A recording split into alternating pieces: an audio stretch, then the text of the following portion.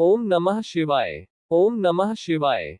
हे श्रोताओं, इस कलियुग में मनुष्य का जीवन अत्यंत कठिन हो गया है। चारों ओर अशांति है, मन चंचल है, और आत्मा भटकती रहती है। मनुष्य सुबह से शाम तक कर्म करता है, धन के पीछे दौड़ता है, संबंधों में उलझा रहता है, लेकिन फिर भी उसके हृदय में एक खालीपन बना रहता है। वो सुख चाहता है, पर शांति नहीं मिलती। वो ईश्वर को पाना चाहता है, पर मार्ग नहीं जानता। ऐसे समय में शास्त्र कहते हैं कि यदि किसी मनुष्य के जीवन में शिव कथा सुनने की इच्छा जाग जाए, तो समझ लेना चाहिए कि स्वयं भगवान शिव ने उस आत्मा पर कृपा की है। कहा गया है कि जो व्यक्ति श्रद्धा से शिव पुराण को सुनता है, उसका मन शुद्ध हो जाता है। उसके जन्म जन्म के पाप नष्ट हो जाते हैं, और अंत में वह उस परम धाम को प्राप्त करता है, जहां न दुख है, न भय है, न जन्म है और न मृत्यु। वह धाम है भगवान शिव का धाम। आज आप उसी दिव्य ग्रंथ की महिमा सुनने जा रहे हैं, जिसे शिव पुराण कहा गया है। ये केवल एक ग्रंथ नहीं है, ये स्वयं शिव का स्वरूप है। ये कथा घटित होती है नैमिषारण्य में। नैमिषारण्य वह पवित्र भूमि है जहां युगों युगों से ऋषि मुनि तप, जप और यज्ञ करते आए हैं।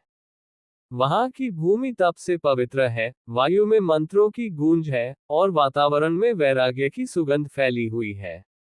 चारों ओर हवन कुंड जल रहे हैं, वेद मंत्रों का उच्चारण हो रहा है, और असंख्य ऋषि साधना में लीन हैं।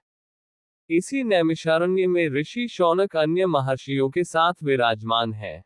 शौनक जी स्वयं अत्यंत ज्ञानी हैं, वेदों और शास्त्रों के मर्म को जानते हैं, लेकिन उनका हृदय करुणा से भरा हुआ है। वे केवल अपने मोक्ष की चिंता नहीं करते, बल्कि पूरे संसार के कल्याण की चिंता उनके मन में है। उनके हृदय में ये प्रश्न बार बार उठता है कि कलयुग में, जहां मनुष्य स्वभाव से ही काम, क्रोध, लोभ और अहंकार में डूबा हुआ है, वहां उसका उद्धार कैसे होगा। उसी चिंता के साथ ऋषि शौनक हाथ जोड़कर महाज्ञानी सूत जी से प्रश्न करते हैं।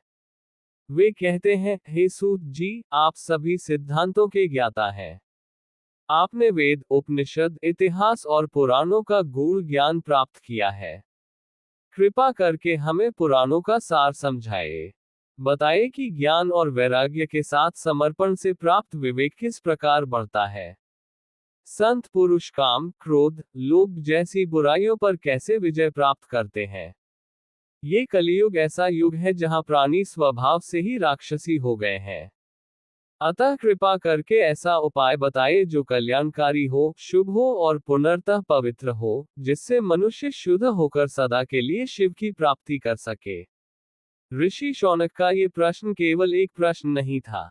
ये पूरे मानव समाज की पीड़ा थी। यह उस आत्मा की पुकार थी जो संसार के बंधनों से मुक्त होना चाहती है। ऋषि शौनक की वाणी सुनकर सूत जी अत्यंत प्रसन्न हुए। उनके मुख पर सौम्यता आ गई और नेत्रों में करुणा झलकने लगी। वे बोले, हे शौनक, तुम धन्य हो। तुम वास्तव में पूज्य हो, क्योंकि तुम्हारे हृदय में पुराण कथा सुनने की अपार प्रेम और तड़प है। ऐसी तड़प केवल पुण्यात्माओं के हृदय में ही उत्पन्न होती है। इसलिए मैं तुम्हें उस सर्वोच्च धर्मग्रंथ की कथा सुनाता हूँ, जो अमृत के समान है, शिव पुराण।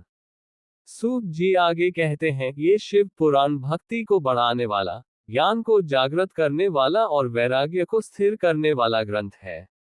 ये भगवान शिव को अत्यंत प्रिय है। प्राचीन काल में स्वयं भगवान शिव ने इस दिव्य ज्ञान का उपदेश दिया था। बाद में गुरु वेदव्यास ने ऋषि सनत कुमार से शिक्षा प्राप्त करके श्रद्धा और संयम के साथ इस पुराण की रचना की। ये ग्रंथ विशेष रूप से कलियुग के प्राणियों के कल्याण के लिए है।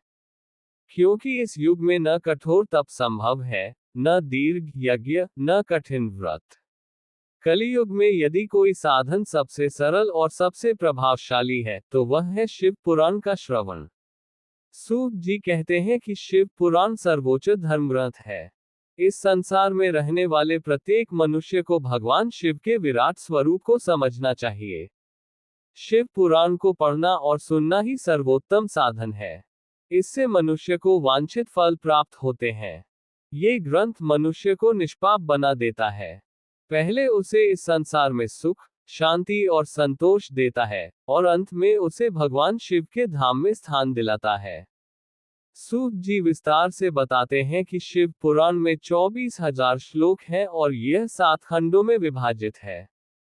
इन 7 खंडों में जीवन के प्रत्येक पक्ष को समझाया गया है: भक्ति, ज्ञान, कर्म, वैराग्य और मोक्ष। शिव पुराण में परम ब्रह्म के समान ही गंतव्य बताया गया है। इसे पूर्ण श्रद्धा, संयम और पवित्रता के साथ सुनना चाहिए।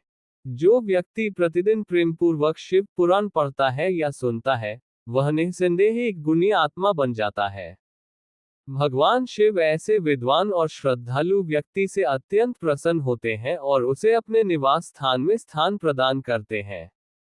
जो लोग प्रतिदिन श्रद्धापूर्वक शिव पुराण का पाठ करते हैं, वे संसार के समस्त सुखों का भोग करने के बाद अंततः भगवान शिव के धाम को प्राप्त कर लेते हैं। ऐसे लोग जीवन में भी सदैव प्रसन्न रहते हैं, क्योंकि उनका मन शुद्ध होता है और हृदय में भय नहीं रहता। सूत जी कहते हैं कि शिव पुराण स्वयं भगवान शिव का सार है। इस लोक और परलोक दोनों में सुख की प्राप्ति के लिए इसे आदरपूर्वक पढ़ना और सुनना चाहिए। ऐसा कहा गया है कि यह पवित्र शिव पुराण पूर्वजों को भी धर्म, अर्थ, काम और मोक्ष प्रदान करता है। इसलिए मनुष्य को चाहिए कि वह इस कथा को जीवन का आधार बनाए।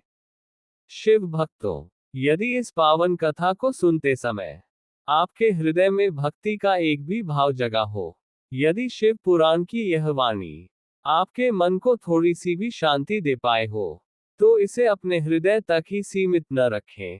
इस चैनल को सब्सक्राइब करना केवल हमारा समर्थन नहीं है, ये शिव कथा के प्रचार का संकल्प है। और यदि आपके मन में भगवान शिव के प्रति श्रद्धा है, या इस कथा से जुड़ा कोई भाव, कोई अनुभूति या कोई प्रश्न है, तो उसे कमेंट में अवश्य लिखिए। आपका एक शब्द, आपकी एक श्रद्धा हमें और अधिक भाव के साथ ये दिव्य कथा आगे बढ़ाने की शक्ति देती है। महादेव आप सभी पर अपनी कृपा बनाए रखें। हर हर महादेव।